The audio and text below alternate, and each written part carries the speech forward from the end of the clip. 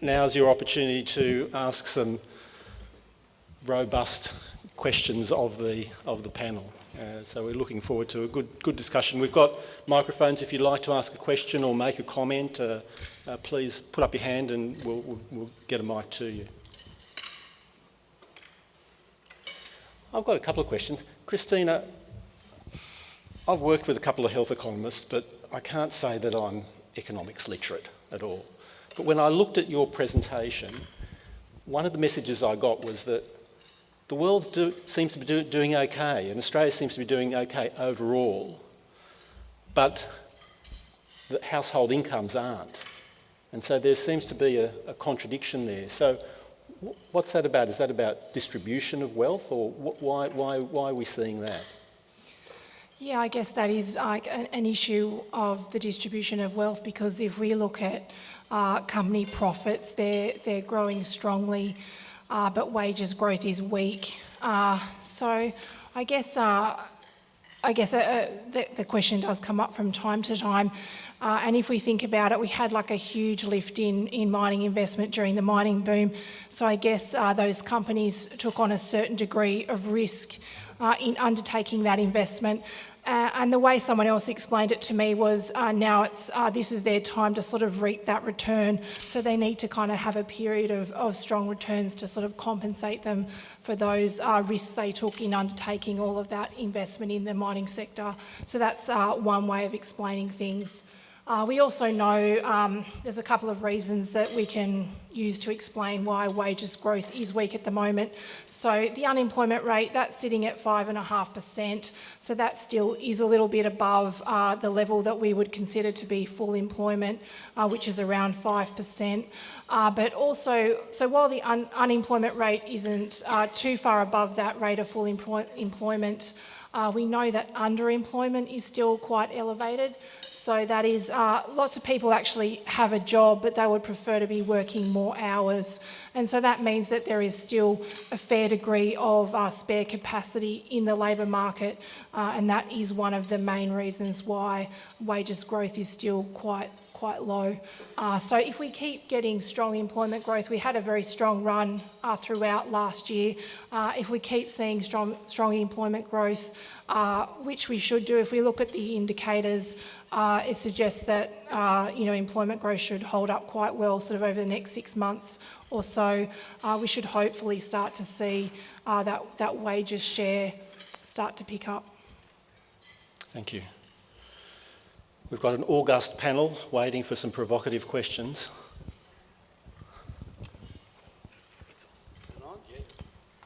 Good evening, ladies and gentlemen. My name is Keith Aitken.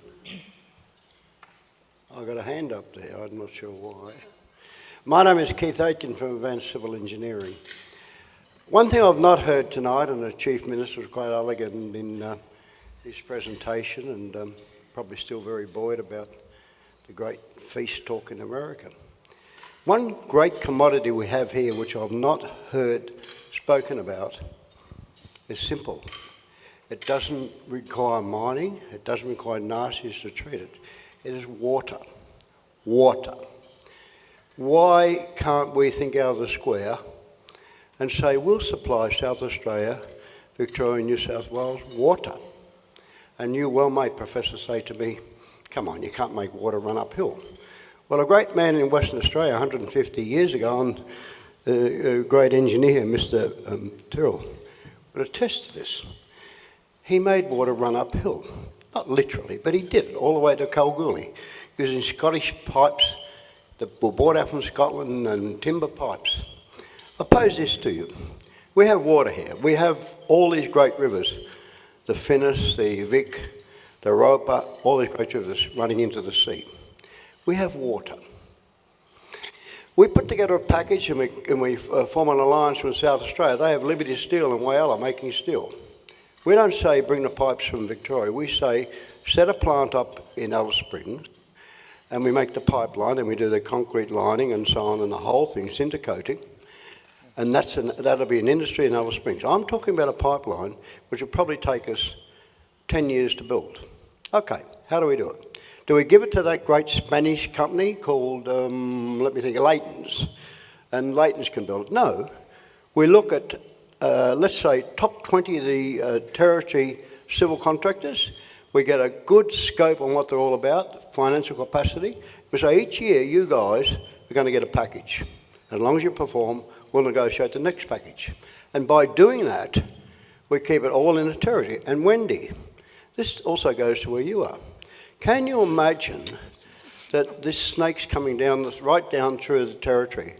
All the communities associated will have a role in that. And it could be environmental, it could be all sorts of things. It could be labour, it could be the whole lot. So my company then goes and commits and buys 5 excavators worth $2 million and other equipment from suppliers in Darwin, and I buy my fuel from down the track, and we all put it together. And the big boys, the good local companies, SITS is a great civil engineering company, they get a bigger package than me because they're much better. Why can't we think that way? And water is such a simple thing. And I happen to be in 8 small sovereign countries in the Caribbean, and every one of those countries had salination plants. And it was costing them a fortune. So we look at global warming, we look at all together, we look at environmental, we look at employment for people in communities. Can you tell me where we could start to put this together? Okay, thank you. So I guess the question is, why aren't we building a pipeline? Is it me? Anybody? Mr. Aiken, thank you very much for your question. I suspect that you saw me sitting here and thought I've got one for Dave Malone. I suppose, Keith, is a relatively simple answer in that what you're talking about is a really large project, and that means that you've got to do some work around it. Some of those, the projects of the past have been really large, and we've been able to deliver those because we did the work. I've got no idea how you make water flow uphill 2,500 feet past Alice Springs, but you're a much better civil engineer than I am an economist, so I'm happy to be advised otherwise. But I think it doesn't matter what idea we have. The truth of the matter is you've got to do the work around it. And if it's got the capacity to fly, then you've got to take the community with you on that journey. And we've got to be able to explain how it might work. But I think the ideas for the future have to have a bit of what you're talking about, which is a little bit of zeal and a little bit of that sort of, what's the word for it, sort of like just fuzzy drive to make things happen. We have to do that. But, I'm not the person that's going to sit here and say, I think a pipeline to Adelaide is the best thing since sliced bread, because I don't know. But why can't we create the discussion and the debate to actually talk about whether it works or not? I can only just add, doing a little bit of work on pipelines recently, that a 16k pipeline from the port to the airport's $50 million, pushing water 1,000 kilometres uphill. I don't know what the cost of that would be, but it's obviously a mammoth project that would require a whole lot of analysis and a whole lot of support. Okay. Okay, well, that's a grand vision. I think it's a grand vision that needs some work. Maybe we should just ask the Russians to do it, because they've built a pipeline from Siberia to Poland carrying gas, so it might be whatever is in the pipeline determines the interest in building it. But anyway, that's not the point I want to make. My name is Alison Kitson, and I'm the Vice President and Executive Dean of the College of Nursing and Health Sciences at Flinders University. And my question is for each of the panel members, and it's really building on Balawara's comment about the respect for the land and the respect for the culture. And so what I want you to do is try and imagine how you would connect economic prosperity with looking after the vulnerable people in the Northern Territory and looking after the land. And tell me what 3 things you would do to connect those 3 bits of the jigsaw: economic prosperity, looking after the vulnerable people, and looking after the land. I'll go first if you like. I would start by investing in early childhood. which is one thing this government has had some focus on, and I think that we have to say we have to put as much of our budget into early childhood as we need, because we need to invest in the next generation coming through to make real generational change for young people right across the Northern Territory. And I think flowing from that, education and housing. Because if we don't, I mean, I find it hard to select just a few, because I mean, if I can use this moment to say we can talk about population, we can talk about growing the economy, but until we deal with some of the social issues that, on the other hand, businesses saying, I can't run my business because there's people who are homeless, you know, ruining the experience of people coming to my shop, we have to, as a community, say, okay, we're all going to get behind the solution and work towards that. But I think in terms of looking for the next generation, housing, early childhood and education have to be the three key areas. Yeah, happy to. In terms of economic prosperity, I think those that are benefiting from that prosperity need to be generous. There needs to be strong corporate giving programs. There needs to be programs that underpin those that are not prosperous in our community, whether it's governments doing it, but certainly private industry need to pull their weight. And I think a lot of companies are just not generous enough. In terms of looking after the people, I think, you know, Karen Sheldon, who has just been nominated as one of the 9 most influential women around, you know, she's doing a wonderful job making sure that, you know, people that are really down and out, that have never had an opportunity, are getting some basic training and that they can participate in the economy and they can lead productive lives by having jobs. So I think that, you know, we should all support programs like Karen's and making sure that, you know, those that are disadvantaged, those that haven't worked in the past, get the opportunity. And if we are going to grow the visitor economy, if we are going to grow tourism, they're jobs that can be created for people in those fields. And in terms of looking after the land, I think that there needs to be strong environmental regulations around everything you do, whether it's onshore gas, whether it's, you know, running an airport or whatever the case might be. The government and industry needs to work very closely together to make sure that they don't shirk their responsibilities. They do develop their businesses over time in a way that minimises the impact and the footprint by doing that. And you know, I think we certainly try to do that. We have to do that under Commonwealth legislation, but I think that should apply to all industries that have an impact on the land. I would never profess to be someone who could provide advice in all 3 areas, to be really honest. But I was involved in a project some years back called Territory 2030, which was at the time the Territory Government's goal to have a holistic approach to how we made progress as a society. And that was very much premised on working on all things at the same time. It was premised on around 125 different metrics so that you didn't just measure GDP and so forth, but you measured some of the key statistics that went to that vulnerability as well. So I actually think it's completely possible, particularly for a small community like ourselves, to be able to go that way forward. The dilemma that we face is that as the political winds change, whatever work is done is thrown out. And perhaps my response to you is the number one thing we need to do is to stop throwing things out, good work out, when the winds change, and for more people to own the end result, because the work has been done, we've done it before. We all know where we want to get to some degree. We might have differences about the extent of different things, but we've got to stop throwing everything out every time an election comes along and thinking that we've got better ideas again. I think we know how to do it. We've measured it. 125 measures measuring everything from GDP to, you know, domestic violence and sexual assault, all in one document. I thought was a great way forward, and to this day I'm greatly disappointed that it disappeared out of sight.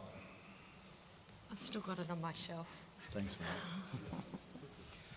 Yeah, this is not really my area of expertise, so probably not a very comprehensive answer, but I think it's worth sort of having a more sort of medium to long run sort of economic plan in place, and to also be sort of thinking about the quality of growth, not just sort of aiming for the fastest rate of growth that you can achieve, but thinking about where that growth is coming from and sort of trying to aim for sort of a more diversified growth base, and hopefully that can sort of help include more people and protect the environment as well.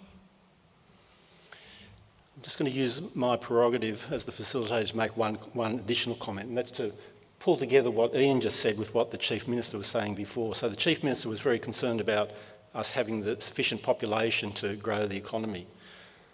30% of the population of the NT is Indigenous.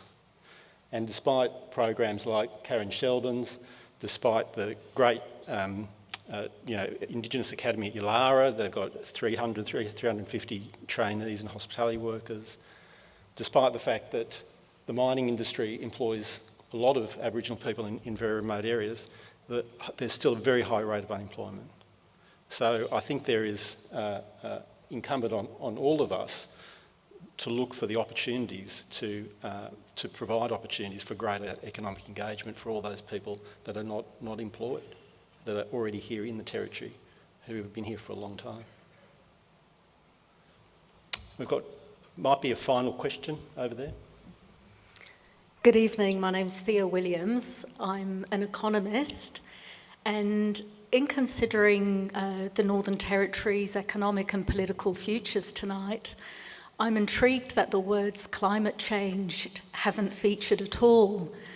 And I'm curious if climate change considerations factor into the work that you do, the businesses that you operate, and I'm curious if not, then why?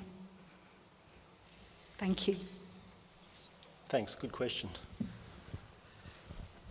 Thank you. As I mentioned in our presentation, we've invested $20 million in solar, which is about reducing greenhouse gases and providing some partial solution to what is happening in our climate. We're very keen to invest more in that. We're working very closely with airlines, for example, to replace diesel and petrol-powered vehicles on the tarmacs with electric-powered vehicles. That only makes sense if your electricity is being generated by renewable energy, not by coal and gas, and that's what we do and we want to do more of. We certainly report under the NGR requirements to the federal government, and we have environment action plans to make sure that we reduce waste, reduce greenhouse gases, reduce fuel burn and everything else. Now, that makes good business sense. That's why we do it. We don't do it just for altruistic reasons. We save money, we make money out of doing those things. And I think that's certainly how we look at it from an airport perspective. We're probably as close to the issues around greenhouse gases and as climate change as any industry would be. But we think that when the business case is strong, then investment will follow, and that will have a positive impact on the negative effects that are generating climate change at the moment. Thank you for your question. At Master Builders, we're just in the process of working towards setting up a smart energy group within our organisation, which was actually driven from firms that are looking for a way to work closer together to achieve the outcomes that they're looking to do. We also have participated in a number of projects around reducing waste on construction sites. So we do our bit, but you know, the truth of the matter is that most of my industry is micro, small and medium. And so while they might have sentiments about, you know, what changes might be needed, the fact of the matter is they will be looking for leadership from the leaders in our community to help them work through the issues around climate change. From two different perspectives, one, NGOs themselves, I think, have probably been a sector that's tried to do a lot of work about reducing their own waste and their own footprint. But we and others, looking at it from the other angle of the vulnerable people that we do advocacy for across the Territory, have done quite a lot of work around cost of living and the impacts of, potential impacts of things like climate change. So, you know, when people are poor, they tend to be using far more inefficient appliances and, you know, that are old, and, you know, how do we establish schemes where people are able to purchase more, you know, energy efficient appliances. We've actually talked to government a little bit over the last 12 months about a solar scheme that could be put on public housing, which I think South Australia may have sort of slightly stolen our idea a few weeks ago. It wasn't actually ours. You know, that's one of the conversations we'd like to, or we did sort of have a little bit about 12 months ago with this government, and would like to continue on. So we have had, you know, we're certainly aware and talking about it, and doing little bits around that issue for those who are most disadvantaged, and then potentially going to be the most impacted by climate change as things progress. You don't have to say. What's the Commonwealth Bank doing about climate change? Yeah, well, I know they are doing a lot of work on climate change and sort of developing their position on sustainability and sort of working out what they're going to do. So they're sort of been modelling kind of different sort of climate scenarios and what that's going to mean for how the economy is going to look in terms of the sizes of the different sectors. And I think they've also been sort of looking at their lending policies and sort of thinking about which sectors they should be lending to, and perhaps sort of which sectors they should be sort of pulling back from. Thank you. I think we'll wind up the session now. So thank you very much for your questions. Please join me in thanking the panel.